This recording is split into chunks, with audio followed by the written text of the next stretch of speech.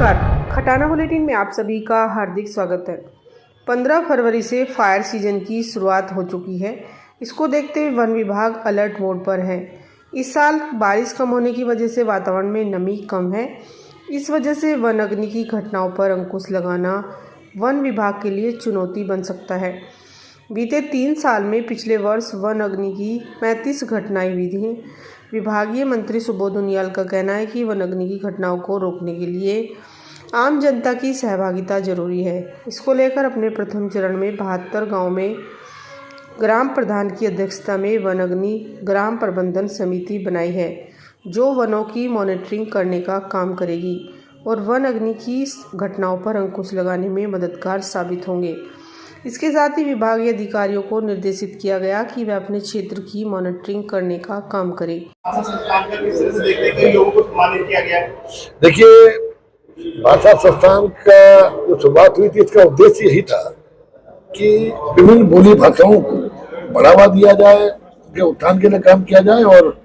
नई पीढ़ी भी जो है भाषा और अपनी बोलियों से पृथक न हो, बल्कि उससे जुड़ करके अपनी संस्कृति के वहाँ के साथ साथ साहित्य और कविताओं के माध्यम से समाज की, देश की सेवा करने का काम करें। तो आज पिछले 2 वर्षों से हम इस पे आगे बढ़े और इस राज्य में हमने साहित्य गौरव सम्मान की शुरुआत की, विभिन्न भाषाओं में, विभिन्न बोलियों में, और ऐसे लोगों के नाम जो कि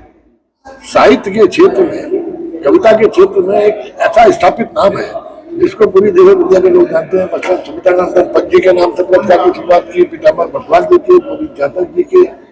ऐसे तमाम मनीषियों के नाम से पुरस्कार की शुरुआत करने के बाद इसमें 1-1 लाख रुपया हम साहित्यकारों को देते हैं। उसमें उन सबके नाम से आज जैसे आपका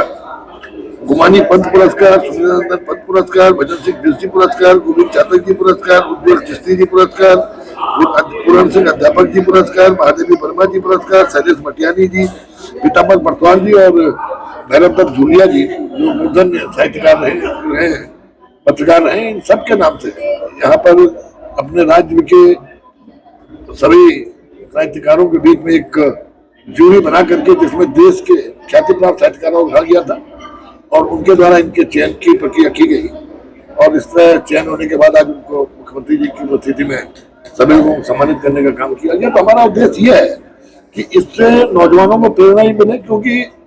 बहुत स्पष्ट मानना है कि जो कविताएं हैं, जो साहित्य है, ये समाज को दिशा भी देने का काम करती है, समाज के अंदर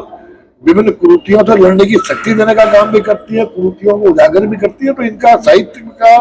जीवित रहना भी आवश्यक है और साथ ही साथ हमारी बोली और भाषाओं का जीवित रहना भी आवश्यक है कि नई पीढ़ियां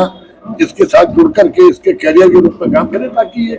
लंबे समय तक हमारे साहित्य और हमारी संस्कृति आगे बढ़े। एक वन विभाग से सर